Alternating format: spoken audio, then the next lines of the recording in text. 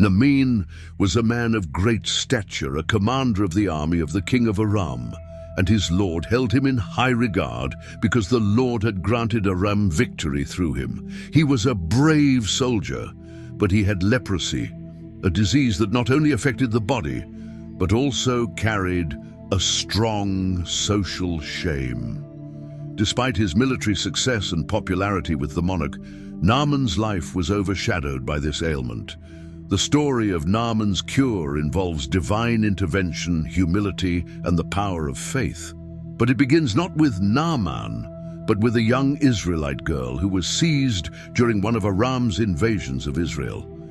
This girl served Naaman's wife, and one day she told her mistress, "If only my master could see the prophet who is in Samaria, he would heal him of leprosy."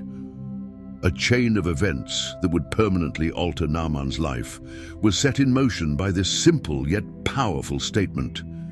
The girl's confidence in the God of Israel, as well as her belief in the prophet Elisha, sowed a seed of hope in Naaman's heart. He went to the king of Aram and informed him of what the girl had said.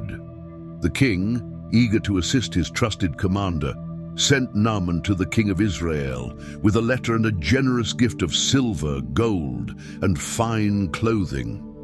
The letter read, "With this letter I am sending my servant Naaman to you, so that you may cure him of his leprosy." When the king of Israel read the message, he became extremely worried.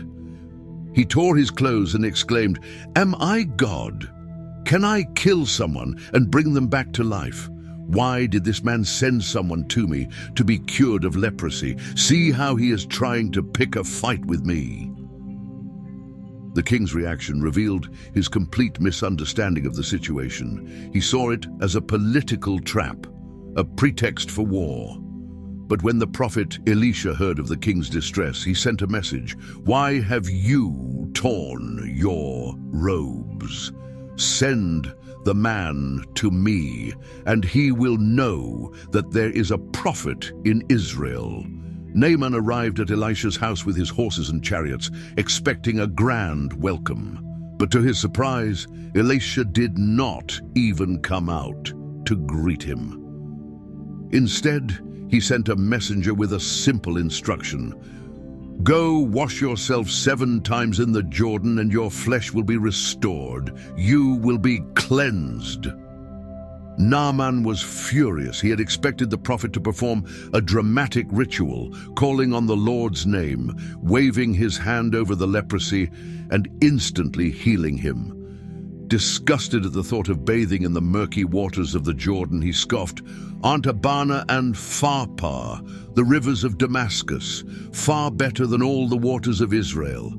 Couldn't I just wash in them and be clean?" He turned away, proud and frustrated, ready to return home. But his servants spoke to him with wisdom and respect. "My father, if the prophet had asked you to do something great, wouldn't you have done it? How much more then when he says, 'Wash and be cleansed'?" Their words touched Naaman's heart.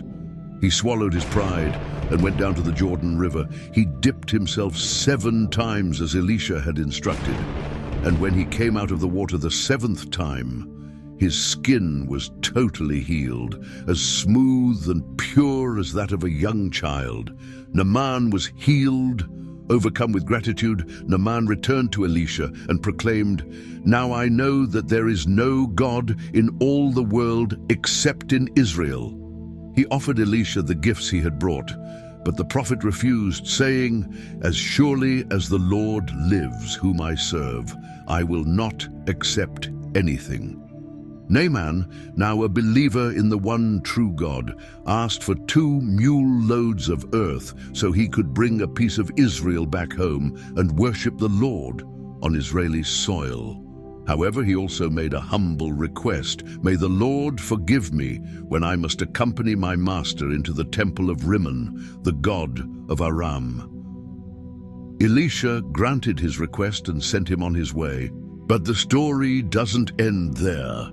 Elisha's servant Gehazi was overcome by greed. He pursued Naaman and lied, claiming that Elisha had changed his mind and now wanted some of the gifts. Naaman, still overjoyed from his healing, happily gave him the silver and clothing. But when Gehazi returned, Elisha confronted him. "Was not my spirit with you when the man got down from his chariot to meet you? Is this the time to take money and accept clothes?" As punishment for his deceit and greed, Gehazi was stricken with the same leprosy that had once plagued Naaman. The story of Naaman is a powerful lesson on the transforming power of faith and humility. Naaman, a proud and powerful leader, had to humble himself before he could receive God's healing. The young Israelite girl's faith, the wisdom of Naaman's servants, and Elisha's steadfast obedience to God were all crucial in this miracle. It reminds us that God's ways are often simple but profound. True healing and renewal come from obedience and trust in God, not from human effort or earthly grandeur. Naaman's story also reveals the universality of God's grace. Though he was a foreigner and an enemy commander, he witnessed the power and mercy of the God of Israel. His healing shows that God's love and power transcend borders, cultures, and social status, calling all people to come to him with faith and humility. Thank you for listening. If you enjoyed this, please like, comment, and subscribe for more.